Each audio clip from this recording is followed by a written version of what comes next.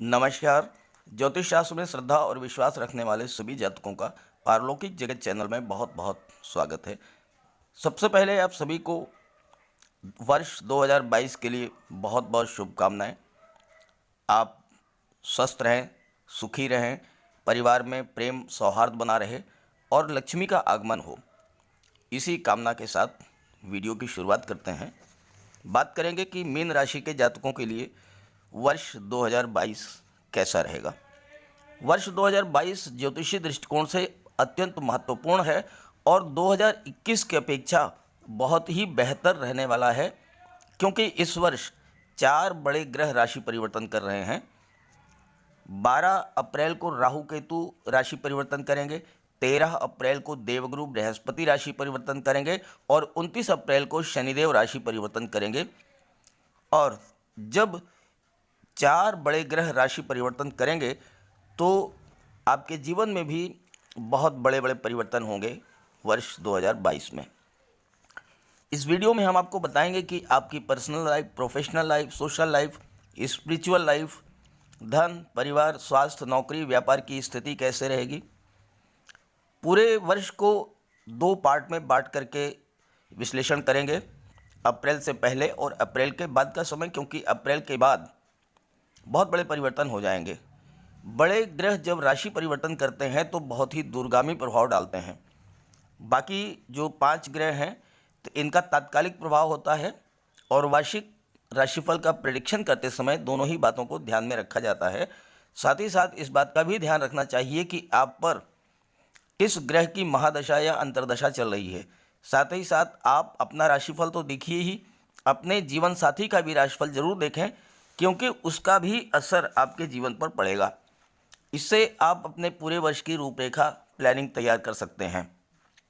वार्षिक राशिफल पर विचार करने के लिए सबसे पहले हम बड़े ग्रहों पर विचार करेंगे और उसके बाद जनवरी से दिसंबर तक का मासिक राशिफल भी आपको बताएंगे। तो चलिए वीडियो शुरू करते हैं।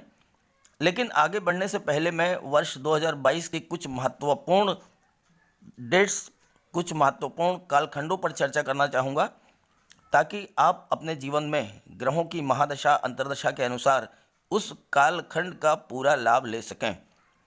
मैंने बताया है इसमें कि किस कालखंड में कौन सा ग्रह उच्च का है, कौन सा ग्रह स्वराशि में है, कौन सा ग्रह वक्री हो रहा है, कौन सा ग्रह अस्त हो रहा है। तो उसी के अनुसार जब आपका समय अच्छा आए तो ज़्यादा से ज़्यादा परिश्रम कीजिए। ग्रह स्थितियां जब आपके अनुकूल हों तो ज़्यादा से ज़्यादा परिश्रम करिए और उससे ज़्यादा से ज़्यादा आप लाभ ले सकेंगे। और जब ग्रह स्थितियां आपके लिए प्रतिकूल होंगी उस समय आप उपाय करें और अपनी उपाय करके अपनी सुरक्षा करें। तो चलिए पहले देखते हैं कालखंडों के बारे में। ये मैंने वर्ष 2022 के लिए महत्वपूर्ण कालखंडों का एक चार्ट तैयार किया है। इससे आपको ये जानने में सुविधा होगी कि किस ग्रह की क्या स्थिति कब से कब तक रहेगी। ये आप जानते हैं कि कोई भी ग्रह अगर स्वराशि में है या उच्च की राशि में है तो बहुत अच्छा फल देता है, और अगर वो नीच की राशि में है तो फिर आपको सावधान रहना चाहिए। तो पहले बात करते हैं देवगुरु बृहस्पति। देवगुरु बृहस्पति 1 जनवरी 2022 से 23 फरवरी 2022 तक कुंभ राशि में गोचर करेंगे, मार्गी अवस्था में रहेंगे।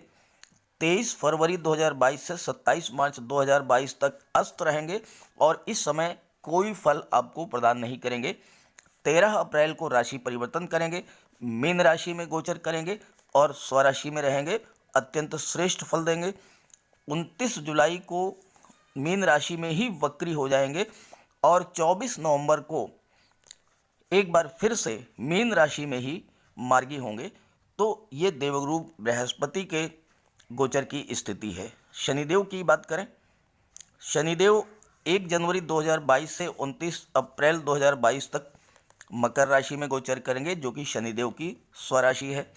29 अप्रैल 2022 से 12 जुलाई 2022 तक राशि परिवर्तन करेंगे और कुंभ राशि में गोचर करेंगे, और कुंभ राशि भी शनिदेव की स्वराशि है। और 12 जुलाई 2022 से 17 जनवरी 2023 तक फिर से मकर राशि में गोचर करेंगे, और मकर राशि भी शनिदेव की स्वराशि है, इसलिए शनिदेव पूरे वर्ष अच्छा ही रिजल्ट आपको देंगे।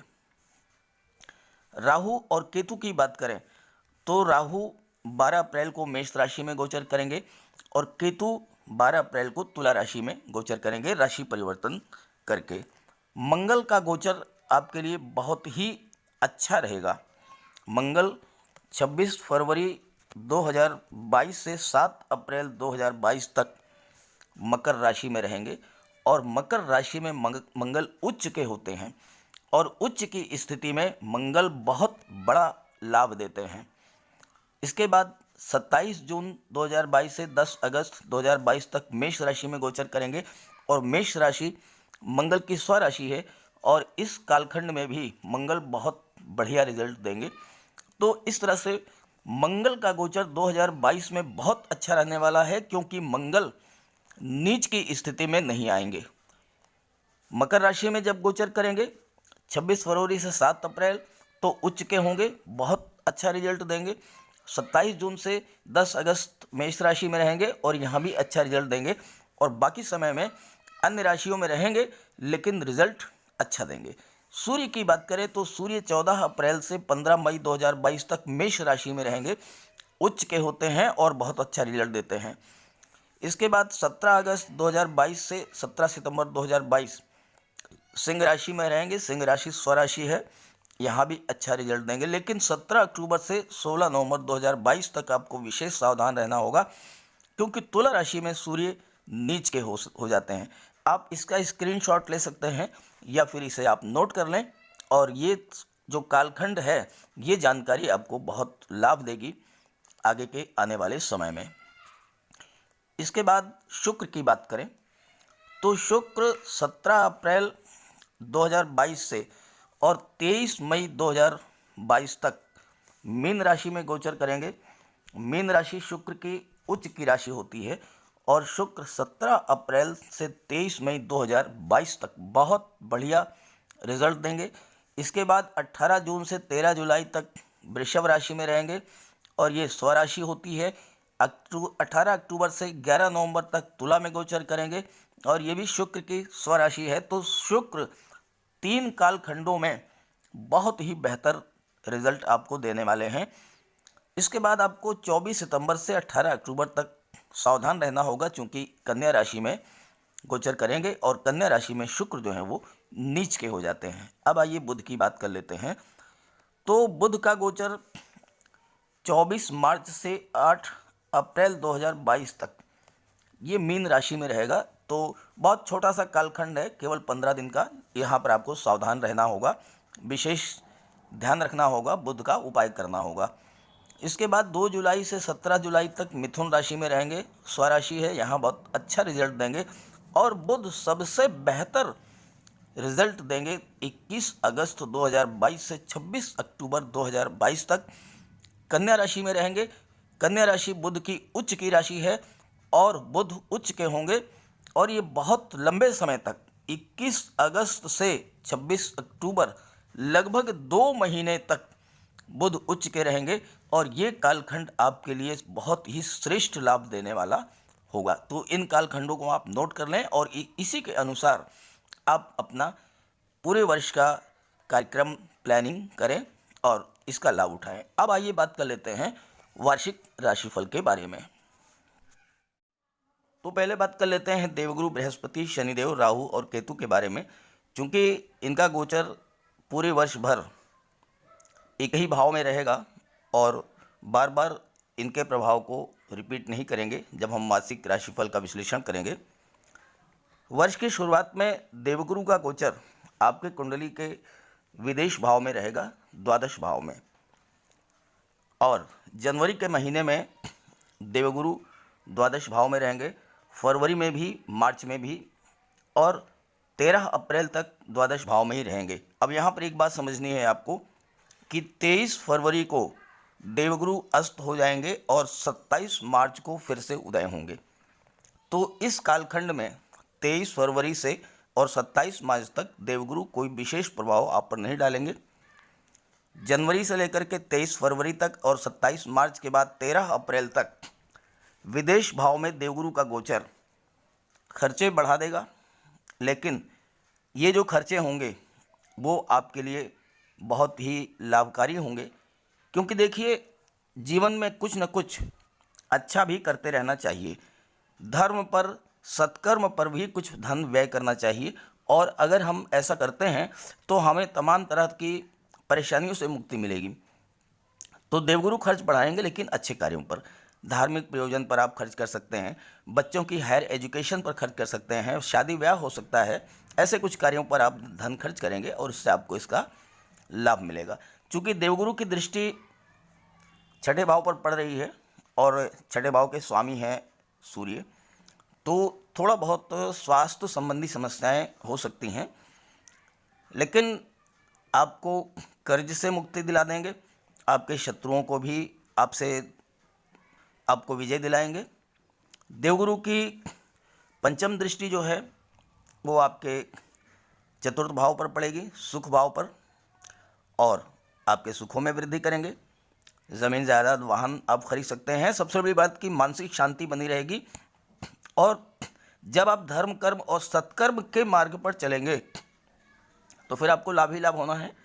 विदेश भाव में है तो आपको विदेश से भी बहुत बड़ा लाभ हो सकता है। आप हायर एजुकेशन के लिए जा सकते हैं और साथ ही साथ आप विदेश से धन भी कमा सकते हैं। देवगुरु की नवम दृष्टि जो है वो अष्टम भाव पर पड़ेगी, तो अगर आपकी रुचि ज्योतिष, अध्यात्म, एकल्ट साइंस में है, वहाँ भी आपको सफलता मिलेगी।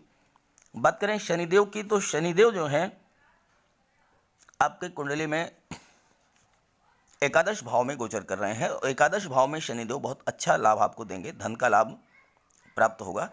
लेकिन विशेष बात ये ध्यान रखना है आपको कि शनिदेव जनवरी में अस्त हो जाएंगे और 27 फरवरी तक अस्त रहेंगे। तो 27 फरवरी तक वो जातक जिनकी 7.5 चल रही है उन्हें विशेष ध्यान रखना है। शनि की उपासना करें, शनिदेव को प्रसन्न रखें, गरीबों की मदद करें, और बजरंगबली की उपासना करें, माता काली की उपासना करें। शनिवार को पीपल के वृक्ष के नीचे सरसों के तेल का दीपक जलाएं, दान पुण्य करें। 27 फरवरी तक आपको विशेष सावधानी रखनी है शनि की वजह से। धन के मामले में बहुत अच्छा है देवगुरु भी और शनिदेव भी। राहु तृतीय भाव में बहुत अच्छा फल देते हैं, और केतु भी भाग्य भाव में बहुत अच्छा फल देते हैं। ये स्थितियां अप्रैल तक रहेंगी। अप्रैल के बाद स्थितियां बदल जाएंगी। 13 अप्रैल को देवगुरु का गोचर आपकी ही राशि में होगा। देवगुरु आपके लग्न भाव में गोचर करेंगे, केंद्र के भाव में गोचर करेंगे, और पूरे वर्ष लग्न में ही गोचर करेंगे। हंस नामक महापुरुष राजयोग का निर्माण करेंगे, और ये राजयोग इतना श्रेष्ठ राजयोग होता है कि आप अपने ज्ञान, बुद्धि, बल, विवेक के आधार पर बहुत कुछ अर्जित करेंगे वर्ष 2022 में।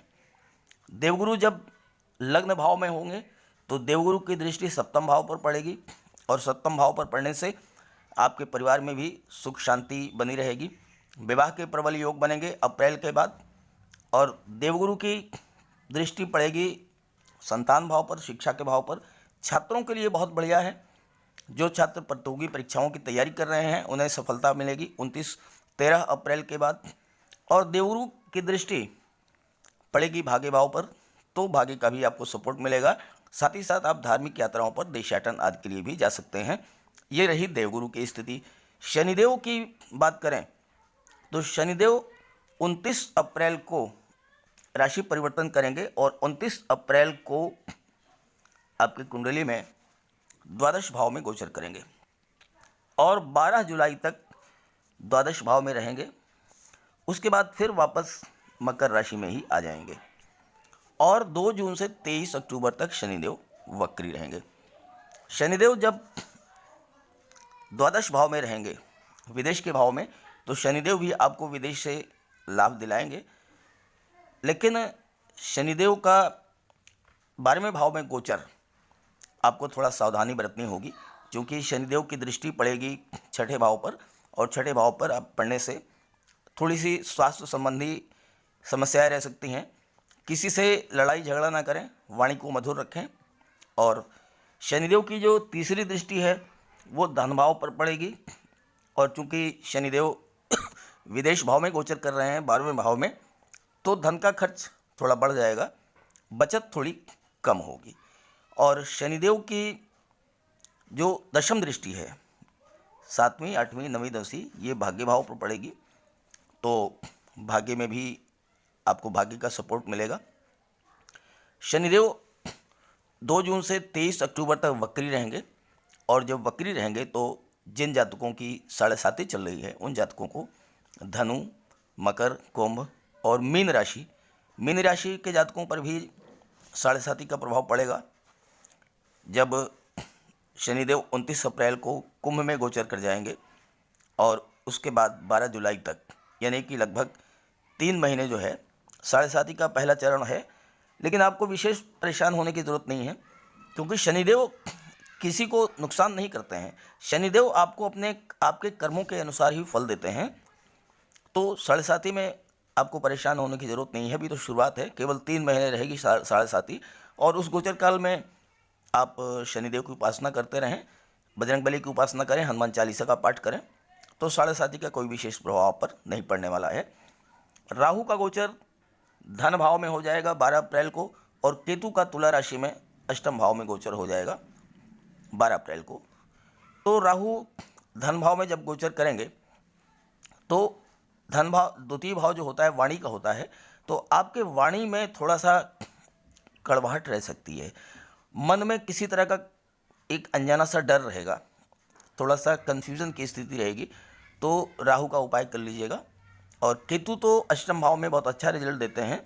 राहु, केतु, शनि, मंगल, ये 6ठे 8वें 12वें भाव में बहुत बढ़िया रिजल्ट देते हैं। आपको ससुराल पक्ष से धन लाभ होगा, पैतृक संपत्ति आपको कहीं से प्राप्त हो सकती है, और साथ ही साथ आपकी रुचि अध्यात्म, एकल्ट साइंस, रिसर्च वगैरह में होगी, और जो जातक इन क्षेत्रों से जुड़े हुए हैं उन्हें भी बहुत बड़ा लाभ होगा।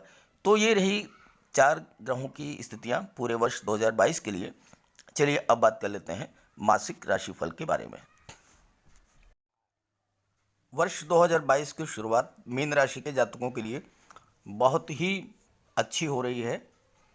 जनवरी के महीने की बात करें तो सूर्यदेव का गोचर 14 जनवरी को मकर राशि में होगा। इसके पहले सूर्य का गोचर दशम भाव में धनु राशि में था, और सूर्य दशम भाव में भी दिग्बली होते हैं और 11वें भाव में भी बहुत अच्छा रिजल्ट देते हैं। यहाँ शनि है, लेकिन शनि अस्त हो जाएंगे। सूर्य दशम भाव, एकादश भाव में पद, प्रतिष्ठा, मान सम्मान में वृद्धि करेंगे। धन की दृष्टि से बहुत ही अच्छा रहेगा जनवरी का महीना। और शनिदेव की, सूर्यदेव की दृष्टि पड़ेगी पंचम भाव पर, संतान और शिक्षा के भाव पर। तो जनवरी का महीना सरकारी नौकरी के लिए भी बहुत बेहतर रहेगा। प्रतियोगी परीक्षाओं की तैयारी जो छात्र कर रहे हैं उनको भी सफलता के पूरे योग बन रहे हैं, क्योंकि सूर्य की दृष्टि संतान और शिक्षा के भाव पर पड़ रही है। मंगल दशम भाव में रहेंगे 16 जनवरी तक, और दशम भाव में मंगल दिग्बली होते हैं। तो जो जातक सैन्य क्षेत्र, गेम्स और स्पोर्ट्स या चिकित्सा क्षेत्र में हैं उन जातकों को प्रबल लाभ होने की संभावना है। इसके बाद मंगल 26 फरवरी तक रहेंगे दशम भाव में ही, और बहुत अच्छा रिजल्ट देंगे, क्योंकि दशम भाव में आपकी कार्य क्षमता में वृद्धि करेंगे, कार्यस्थल पर आप सफलता अर्जित करेंगे। शुक्र भी 30 दिसंबर को दशम भाव में ही आ जाएंगे, और जनवरी में दशम भाव में ही रहेंगे। तो मंगल और शुक्र दोनों का दशम भाव में गोचर, और सूर्य का एकादश भाव में गोचर धन की दृष्टि से, मान सम्मान, पद प्रतिष्ठा की दृष्टि से, कार्य क्षेत्र में उन्नति की दृष्टि से, हर दृष्टि से बहुत ही बेहतर है। गुरु के बारे में पहले ही चर्चा कर दी गई है, और वो जनवरी, फरवरी, मार्च में एक जैसा ही फल देंगे। बात करते हैं फरवरी की। फरवरी के महीने में सूर्य का गोचर मकर राशि में ही रहेगा, और 13 फरवरी तक मकर राशि में रहेगा। उसके बाद सूर्य का गोचर हो जाएगा द्वादश भाव में। 13 फरवरी तक, यानी कि पूरा जनवरी का महीना और 13 फरवरी तक सूर्य बहुत अच्छा रिजल्ट देंगे। इस गोचर काल में शनि तो अस्त रहेंगे। यहाँ पर गुरु के साथ सूर्य बहुत ही श्रेष्ठ फल देते हैं।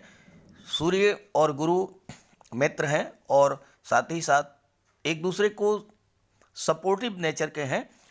तो विदेश से आपको धन लाभ होगा, आपकी रुचि धार्मिक कार्यों में होगी, आपके घर में खर्च जरूर बढ़ेगा, लेकिन कोई ना कोई धार्मिक आयोजन आपके घर में होगा और उस धार्मिक आयोजन से आपको लाभ ही होगा। सूर्य की दृष्टि छठे भाव पर पड़ेगी तो थोड़ा बहुत रोगों से आपको सावधान रहना पड़ेगा। शत्रुओं का तो विनाश कर ही देंगे सूर्य।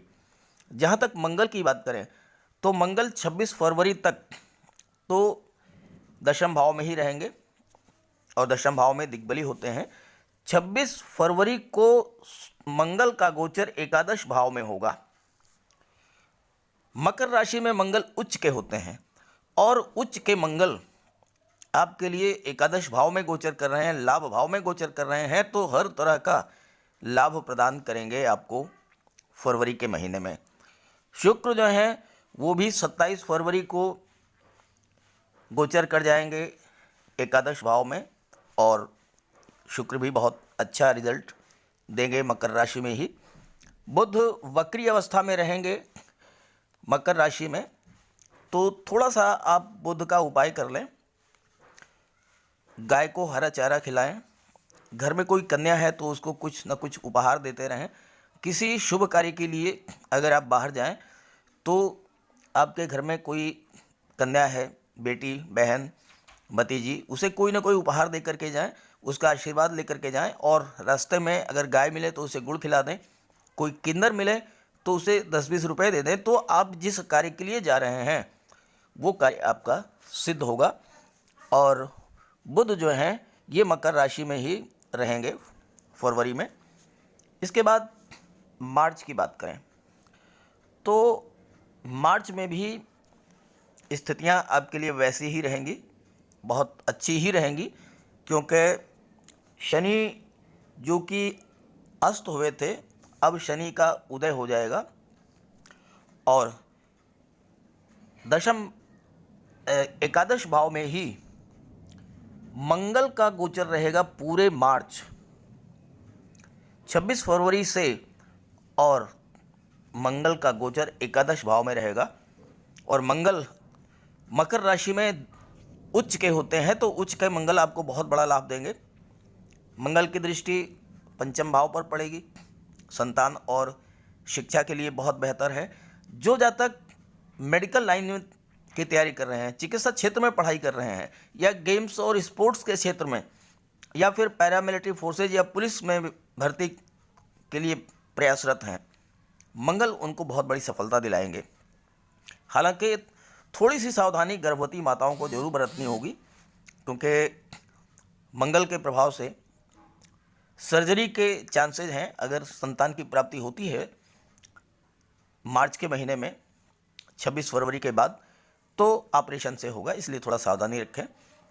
और मंगल की चतुर्थ दृष्टि जो है वो पड़ेगी अष्टम भाव पर, और अष्टम भाव दुर्घटनाओं का होता है, तो थोड़ा सा वाहन चलाते समय आपको विशेष सावधानी बरतनी होगी। और मंगल की जो अष्टम दृष्टि है वो चतुर्थ भाव पर पड़ेगी, सुख भाव पर। मंगल भूमि के कारक होते हैं, तो आपको मार्च के महीने में ज़मीन, जायदाद, प्रॉपर्टी ये सब खरीदने के योग बन रहे हैं। शुक्र की बात करें तो शुक्र जो है 27 फरवरी तक तो मकर राशि में दशम भाव में ही रहेंगे और उसके बाद मार्च के महीने में कुंभ राशि में गोचर कर जाएंगे द्वादश भाव में। और मार्च के महीने में शुक्र बहुत अच्छा रिजल्ट देंगे आपको। हर महीने कोई ना कोई एक ग्रह ऐसा है जो कि आपको बहुत बड़ा लाभ की स्थिति में लेकर के आ रहा है।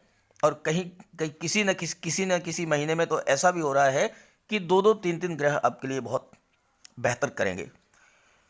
शुक्र 12वें भाव में अति विशिष्ट कारक होते हैं, तो आपको विदेश से धन लाभ होगा। खर्च बढ़ेंगे लेकिन वो खर्चे किस बात पर होंगे? सुख सुविधा के साधनों पर होंगे। प्रॉपर्टी आप खरीद सकते हैं, आप घर में सुख सुविधा के बढ़ाने वाले साधन ला सकते हैं। महिलाएं ज्वेलरी, परफ्यूम, डिजाइनर ड्रेसेज, इन सब पर पैसा खर्च करेंगी। और चूंकि यहाँ पर देवगुरु का भी गोचर है और देवगुरु शुक्र के साथ हैं, तो खर्च आपके अच्छे कार्यों पर भी होंगे, धार्मिक प्रयोजनों में खर्च होंगे। और इसके बाद अप्रैल में बहुत बड़ा परिवर्तन होगा। आइए अप्रैल, मई और जून की बात करते हैं। अप्रैल का महीना मीन राशि के जातकों के जीवन में बहुत बड़ा परिवर्तन लेकर के आने वाला है, क्योंकि 4 बड़े ग्रह राशि परिवर्तन कर रहे हैं।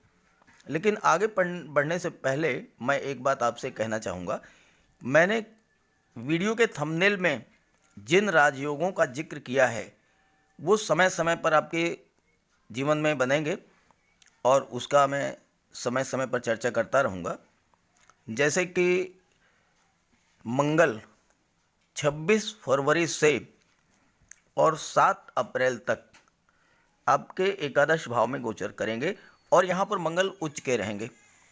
मंगल धन भाव के स्वामी हैं और लाभ भाव में गोचर कर रहे हैं, तो महाधनी योग का निर्माण करेंगे। मंगल का महाधनी योग आपको महाधनी बना देगा।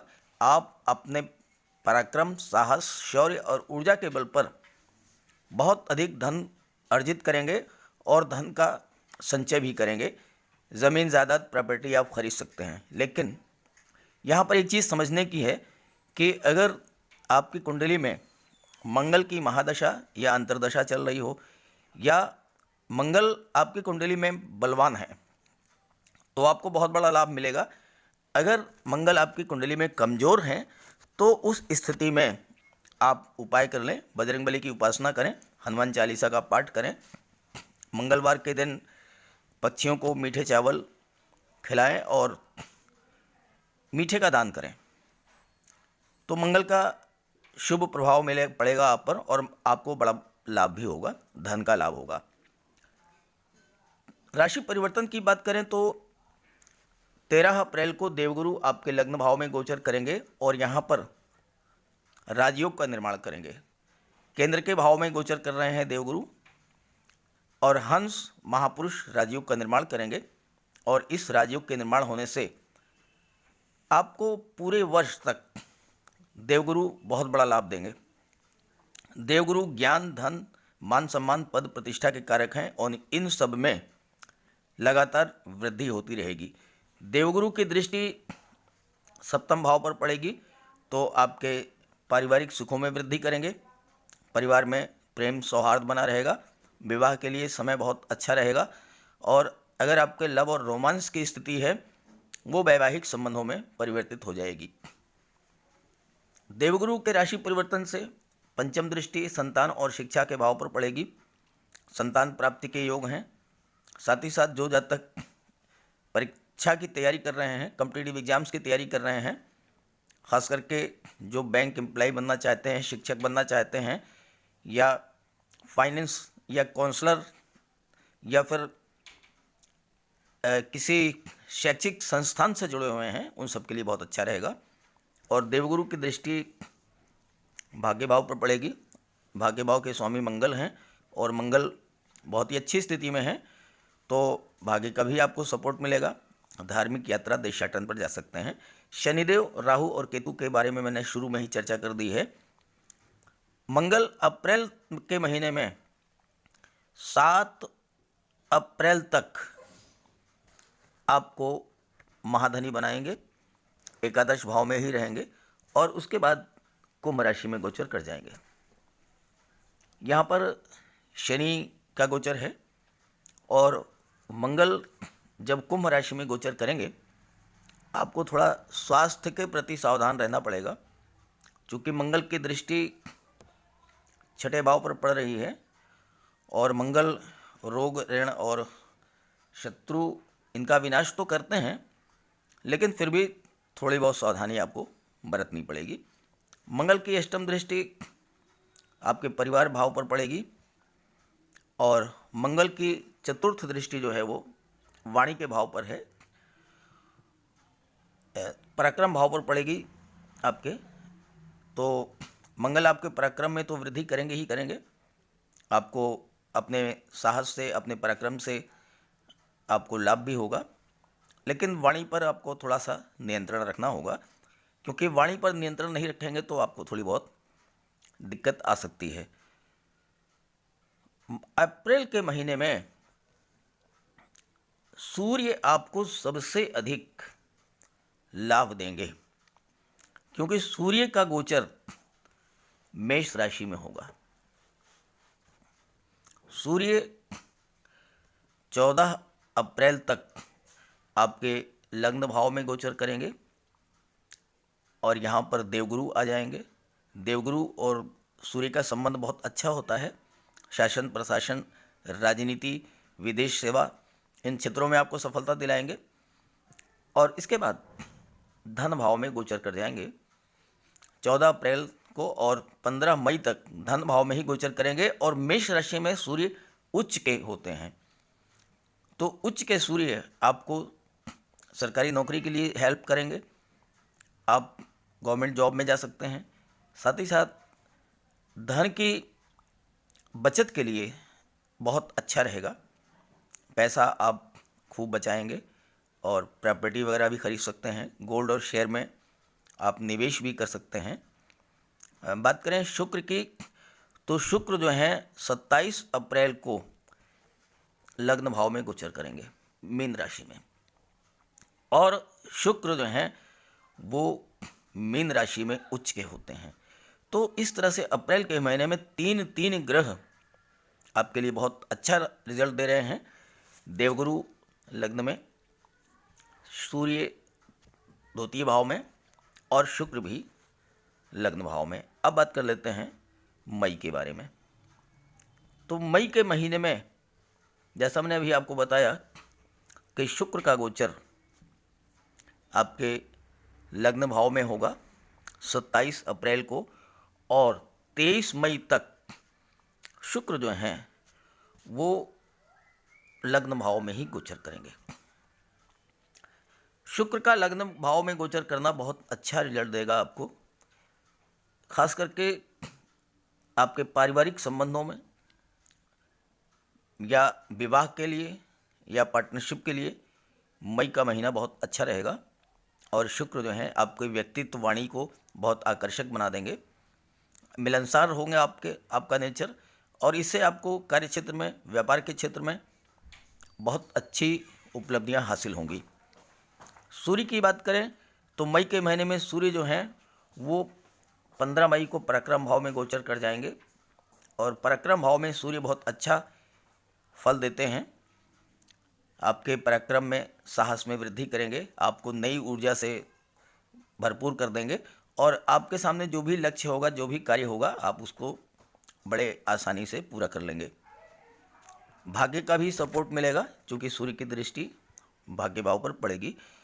और बात करें अगर मई के महीने में बुध की, तो बुध जो हैं 10 मई से और 3 जून तक सूर्य के साथ ही रहेंगे वृषभ राशि में, और यहाँ पर सूर्य और बुध मिलकर के बुधादित्य राजयोग का निर्माण करेंगे। और बुधादित्य राजयोग बहुत ही श्रेष्ठ राजयोग है।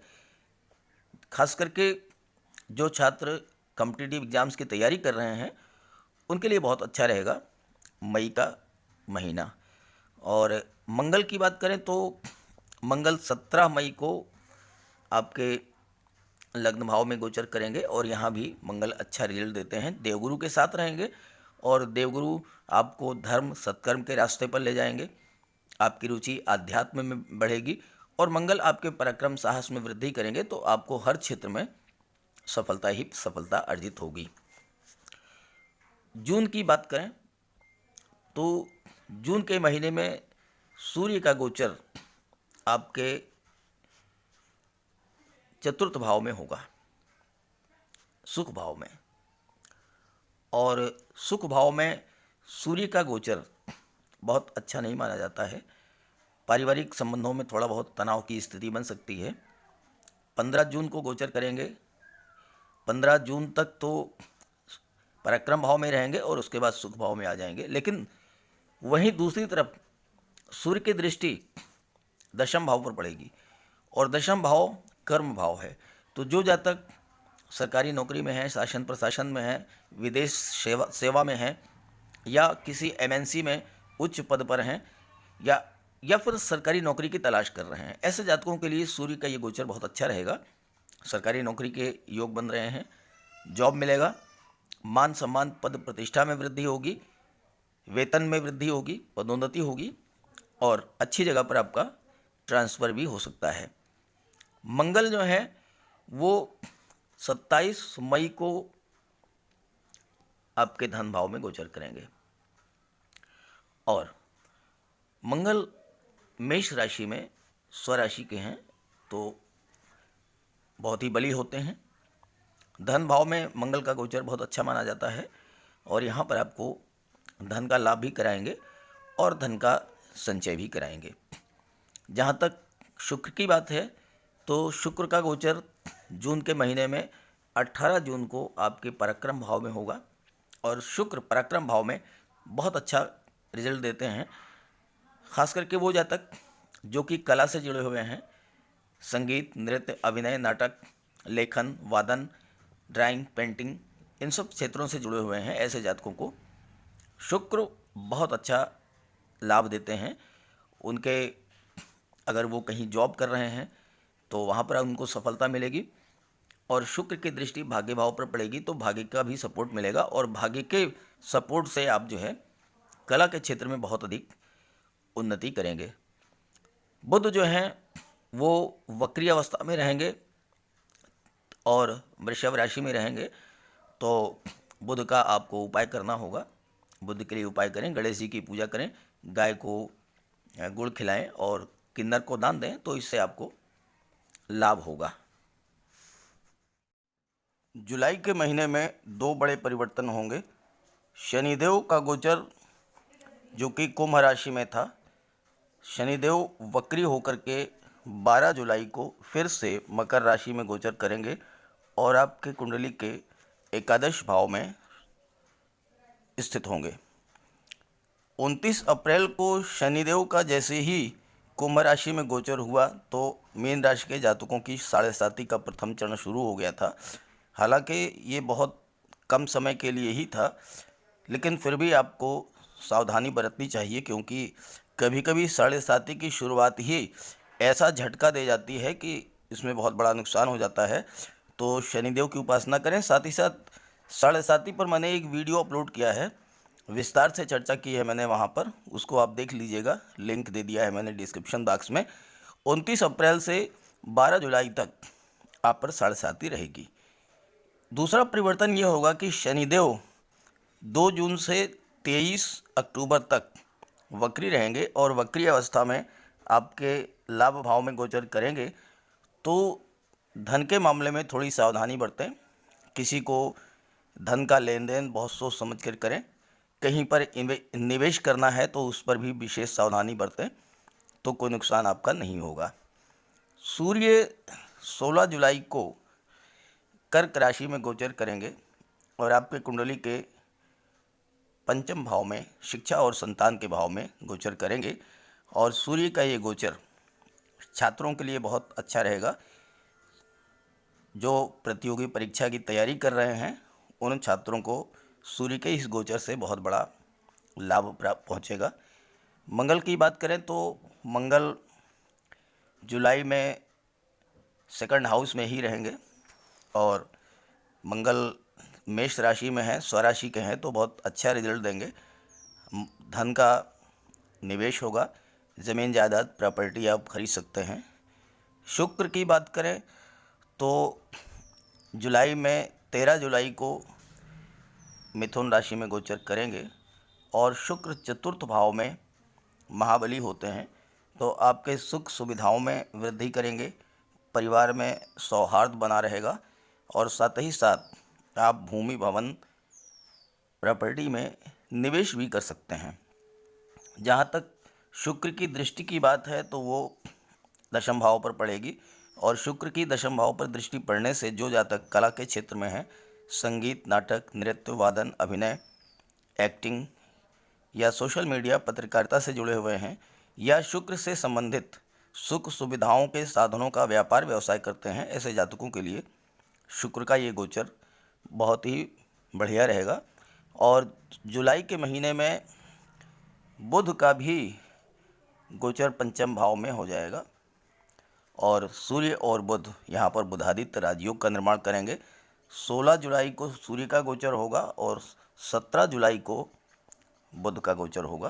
तो ये गोचर बहुत ही महत्वपूर्ण है छात्रों के लिए, प्रतियोगी परीक्षाओं के लिए, संतान के लिए, शिक्षा के लिए बहुत अच्छा रहेगा। अगस्त महीने की बात करें तो अगस्त महीने में सूर्य का गोचर 17 अगस्त को सिंह राशि में होगा। 17 अगस्त को सूर्य का गोचर सिंह राशि छठे भाव में होगा। तो छठे भाव में सूर्य चूँकि स्वराशि में है, इसलिए छठे भाव में आपको शत्रुओं से मुक्ति दिलाएंगे, कर्ज भी आपका उतर जाएगा। स्वास्थ्य संबंधी थोड़ी समस्याएं हो सकती हैं, उस पर आप विशेष ध्यान दें। और सूर्य की दृष्टि पड़ेगी द्वादश भाव पर, विदेश भाव पर, तो आपको विदेश जाने के भी योग बन रहे हैं, विदेश से धन लाभ के भी योग बन रहे हैं और साथ ही साथ विदेश से आपका एक्सपोर्ट इंपोर्ट का कोई व्यापार व्यवसाय है तो वहाँ भी आपको लाभ होगा। मंगल की बात करें तो मंगल 10 अगस्त को पराक्रम भाव में गोचर करेंगे। 10 अगस्त को पराक्रम भाव में मंगल का गोचर, पराक्रम भाव मंगल का खुद का भाव है, तो आपके अंदर नई ऊर्जा का संचार करेंगे, आपके पराक्रम में वृद्धि करेंगे और आप कठिन से कठिन कार्य को बड़ी आसानी से पूरा कर लेंगे। मंगल की दृष्टि आपके भाग्य भाव पर पड़ेगी और भाग्य भाव वृश्चिक राशि का है, जो कि मंगल की खुद की राशि है, तो भाग्य का भी आपको सपोर्ट मिलेगा। मंगल की अष्टम दृष्टि दशम भाव कर्म भाव पर पड़ेगी और कर्म भाव में मंगल दिग्बली होते हैं, तो जो जातक चिकित्सा क्षेत्र से या सैन्य क्षेत्र से जुड़े हैं, पुलिस विभाग से जुड़े हुए हैं या फिर गेम्स और स्पोर्ट्स से जुड़े हुए हैं या फायर रिलेटेड कोई कार्य करते हैं, तो उन जातकों को उनके जॉब में, कैरियर में, प्रोफेशन में बहुत बड़ा उछाल आएगा और उन्हें बहुत बड़ा लाभ होगा। शुक्र कर्क राशि में गोचर करेंगे 7 अगस्त को और इसके बाद 31 अगस्त को छठे भाव में सिंह राशि में गोचर करेंगे। तो शुक्र का गोचर पंचम भाव में बहुत लाभ देने वाला होगा, क्योंकि शुक्र की दृष्टि पड़ेगी एकादश भाव पर, लाभ भाव पर, और यहाँ पर शनि का गोचर है। शुक्र और शनि का दृष्टि संबंध बनेगा और शुक्र और शनि का दृष्टि संबंध बहुत ही लाभ देने वाला होता है। तो धन के मामले में जो 2-3 महीने से दिक्कतें आ रही थीं, वो शुक्र के इस गोचर से वो दिक्कतें समाप्त हो जाएंगी। भले ही शनि वक्री हैं, लेकिन आपको धन का लाभ भरपूर होगा। और बात करें अगर बुध की, तो बुध 1 अगस्त को सूर्य के साथ बुधादित्य राजयोग बनाएंगे छठे भाव में और उसके बाद 21 अगस्त को सप्तम भाव में गोचर करेंगे और कन्या राशि में। कन्या राशि बुध की स्वराशि है, उच्च की राशि है। बुध यहाँ पर उच्च के हो जाएंगे और जब बुध उच्च के होंगे तो बुध व्यापार के कारक हैं, तो व्यापार के क्षेत्र में आपको सफलता मिलेगी। देवगुरु और बुध का आमने सामने दृष्टि संबंध भी बनेगा और देवगुरु और बुध दोनों ही ज्ञान, बुद्धि, विवेक के कारक हैं और जब दोनों एक साथ एक दूसरे पर दृष्टिपात करेंगे तो जो लोग बुद्धि से रिलेटेड कार्य कर रहे हैं, शिक्षक हैं, वकील हैं या कोर्ट कचहरी के कर्मचारी हैं, राजस्व विभाग के कर्मचारी अधिकारी हैं या फिर किसी मैनेजमेंट के क्षेत्र में जुड़े हुए हैं, काउंसलर हैं या किसी फाइनेंस से रिलेटेड कार्य कर रहे हैं, इंश्योरेंस का कार्य कर रहे हैं, मार्केटिंग का कार्य कर रहे हैं, ऐसे जातकों को प्रबल लाभ के योग बन रहे हैं। अब बात करते हैं सितंबर के महीने की। तो सितंबर के महीने में सूर्य का गोचर कन्या राशि में ही रहेगा। 17 सितंबर को सूर्य जो हैं छठे भाव में, सप्तम भाव में गोचर करेंगे और बुध भी कन्या राशि में 21 अगस्त को गोचर कर चुके हैं। तो सूर्य और बुध का यहाँ पर बुधादित्य योग बनेगा और देवगुरु की दृष्टि बनेगी। तो सूर्य और बुध ज्ञान के, शिक्षा के कारक हैं। तो शिक्षा के क्षेत्र में और जो लोग बुद्धि से रिलेटेड कार्य कर रहे हैं उनके लिए बहुत अच्छा रहेगा, लाभ होगा उनको। मंगल की बात करें तो मंगल सितंबर में भी वृषभ राशि में ही रहेंगे और वृषभ राशि में रह करके पराक्रम भाव में मंगल बहुत ही श्रेष्ठ लाभ देंगे। लेकिन शुक्र जो हैं वो 24 सितंबर को कन्या राशि में आएंगे और कन्या राशि में शुक्र जो हैं नीच के हो जाते हैं। तो 24 सितंबर से 18 अक्टूबर तक आपको पारिवारिक रिश्तों में तनाव की स्थिति झेलनी पड़ सकती है। प्रेम संबंधों में भी दिक्कत होगी, पार्टनरशिप से भी थोड़ा बहुत विवाद हो सकता है। तो माता लक्ष्मी की उपासना करें, महिलाओं का सम्मान करें, कन्याओं को भोजन कराएं, तो शुक्र के आप अशुभ प्रभाव से बचे रहेंगे। अक्टूबर के महीने में देवगुरु, राहु और केतु ये तो यथास्थिति में रहेंगे। शनिदेव 23 अक्टूबर को मार्गी हो जाएंगे एकादश भाव में और धन संबंधी जो रुकावटें थी शनिदेव की वजह से वो समाप्त हो जाएंगी। आपको सूर्य की तरफ से थोड़ा सावधानी बरतनी पड़ेगी क्योंकि 17 अक्टूबर को सूर्य का गोचर तुला राशि में होगा और तुला राशि में सूर्य नीच के होते हैं। हालांकि ये गोचर अष्टम भाव में हो रहा है और अष्टम भाव में जब नीच के सूर्य का गोचर होगा तो नीचभंग राजयोग बनेगा और सूर्य का नीचभंग राजयोग बहुत ही श्रेष्ठ लाभ देने वाला होता है। शासन प्रशासन, राजनीति, धर्म, इन सब से जुड़े हुए जातकों के लिए बहुत अच्छा रहेगा क्योंकि सूर्य की दृष्टि जो है वो सीधे आपके धन भाव पर पड़ेगी। तो धन के प्राप्ति और धन के संचय दोनों के प्रबल योग हैं। शनिदेव आपको धन प्रदान करेंगे और सूर्य की कृपा से आप गोल्ड में, प्रॉपर्टी में, शेयर में, इन सब में निवेश करेंगे। शनिदेव एकादश भाव में हैं, लाभ भाव में हैं और 23 अक्टूबर को वक्री होने के बाद अच्छा रिजल्ट देंगे। हालांकि देवगुरु अभी वक्री ही रहेंगे। देवगुरु जो कि 29 जुलाई को वक्री हो चुके हैं और 24 नवंबर को मार्गी होंगे। तो देवगुरु के वक्री होने से कोई विशेष प्रभाव नहीं पड़ता है, केवल स्थितियां थोड़ा सा स्लो हो जाती हैं। वक्री अवस्था में भी देवगुरु अच्छा ही प्रभाव डालते हैं। सूर्य नीचभंग राजयोग बना रहे हैं और कुंडली के अष्टम भाव में। तो जो लोग ज्योतिष, रिसर्च, अध्यात्म, अकल्ट साइंस इन सब से जुड़े हुए हैं उनको अपने क्षेत्र में उपलब्धियां नई नई हासिल होंगी। अष्टम भाव भूमि से नीचे के दबे हुए पदार्थों का भी होता है। तो जो जातक diesel, petroleum, gas, mines, minerals, chemical products, medicines इन सब का व्यापार व्यवसाय करते हैं, कंस्ट्रक्शन वर्क से जुड़े हुए हैं या ऑटोमोबाइल और स्क्रैप का कार्य करते हैं, ऐसे जातकों को विशेष लाभ होने वाला है। मंगल की बात करें तो मंगल मिथुन राशि में गोचर करेंगे, यानी 16 अक्टूबर को आपके कुंडली के चतुर्थ भाव में मंगल का गोचर हो जाएगा और मंगल अक्टूबर और नवंबर आपके मिथुन राशि में ही गोचर करेंगे। और मंगल का चतुर्थ भाव में गोचर, मंगल चूंकि भूमि के कारक होते हैं, भूमिपुत्र हैं, तो आपको भूमि भवन संबंधी लाभ तो होगा, लेकिन परिवार में थोड़ा बहुत तनाव की स्थिति बन सकती है। और मंगल की दृष्टि पड़ेगी दशम भाव पर, कर्म भाव पर। तो आपके कार्य क्षेत्र में नई नई उपलब्धियां हासिल होंगी। जो लोग चिकित्सा जगत से जुड़े हुए हैं, जो लोग फोर्स से रिलेटेड हैं, पुलिस विभाग से रिलेटेड हैं या गेम्स और स्पोर्ट्स इनसे जुड़े हुए हैं, ऐसे जातकों को बहुत अधिक लाभ की स्थिति बनेगी।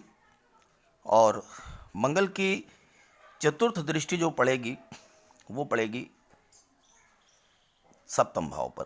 तो पार्टनरशिप और फ्रेंडशिप में थोड़ा सा सावधानी बरतनी पड़ेगी। वाणी पर संयम रखें तो कोई ऐसी स्थिति नहीं आने वाली है।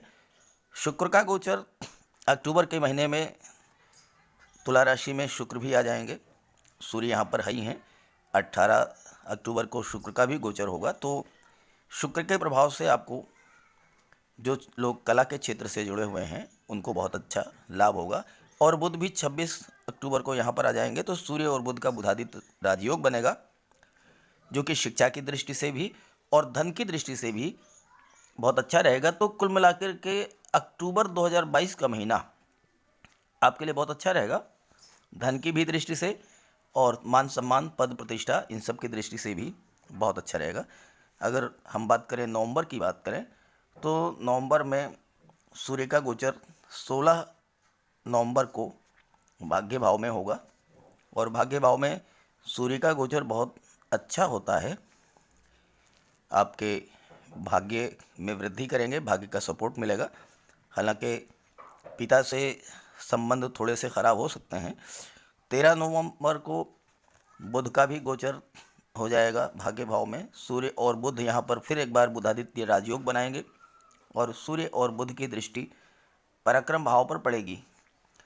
और सबसे अच्छी बात यह है कि मंगल 13 नवंबर को पराक्रम भाव में ही वापस गोचर करेंगे। तो नवंबर के महीने में मंगल पर सूर्य की दृष्टि पड़ेगी, और भाग्य भाव में बुधादित्य राजयोग बन रहा है, मंगल पराक्रम भाव में है। तो आपके अंदर एक नई ऊर्जा, एक नई क्षमता, कार्य क्षमता जो है आपके अंदर डेवलप करेगी, और आप जो भी कार्य करना चाहते हैं उस कार्य में आपको पूरी सफलता मिलेगी। शुक्र भी साथ साथ 11 नवंबर को भाग्य भाव में गोचर करेंगे। तो भाग्य भाव में एक साथ तीन बल्कि 4 ग्रहों का गोचर,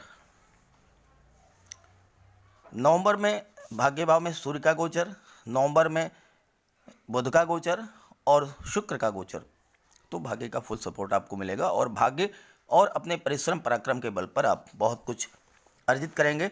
और सबसे अच्छी बात यह होगी कि देवगुरु भी 24 नवंबर को मार्गी हो जाएंगे, तो देवगुरु भी राजयोग का पूरा प्रभाव आप पर डालेंगे। बात करें दिसंबर की, तो दिसंबर में सूर्य का गोचर धनु राशि में होगा। 16 दिसंबर को सूर्य आपके कर्म भाव में गोचर करेंगे, और शुक्र भी कर्म भाव में गोचर करेंगे 5 दिसंबर को, और बुध भी 3 दिसंबर को कर्म भाव में गोचर करेंगे। तो तीनों ही ग्रह भाग्य भाव में गोचर कर रहे थे नवंबर में, और दिसंबर में कर्म भाव में गोचर करेंगे, और मंगल का गोचर वृषभ राशि में होगा। तो चारों ही ग्रह बहुत अच्छी स्थिति में हैं, कर्म भाव में हैं। कर्म भाव में आपको कार्य क्षेत्र में प्रगति होगी, आपको प्रमोशन मिल सकता है, या फिर वेतन वृद्धि हो सकती है।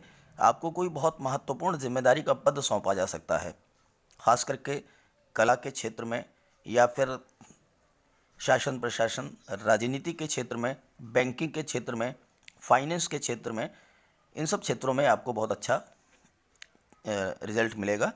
और मंगल तो वृषभ राशि में बहुत अच्छा रिजल्ट देते हैं, आपके साहस में, पराक्रम, शौर्य, ऊर्जा में वृद्धि करेंगे, और आप जो कुछ भी कार्य करेंगे वो आपको लाभ मिलेगा। कुल मिलाकर के मीन राशि के जातकों के लिए अक्टूबर 2022 का वर्ष 2022 बहुत ही अच्छा रहेगा। केवल और केवल आपको थोड़े समय के लिए 13 अप्रैल से और 12 जुलाई तक, जब शनि की 7.5 की शुरुआत होगी, वहाँ पर आपको कुछ सावधान रहना होगा।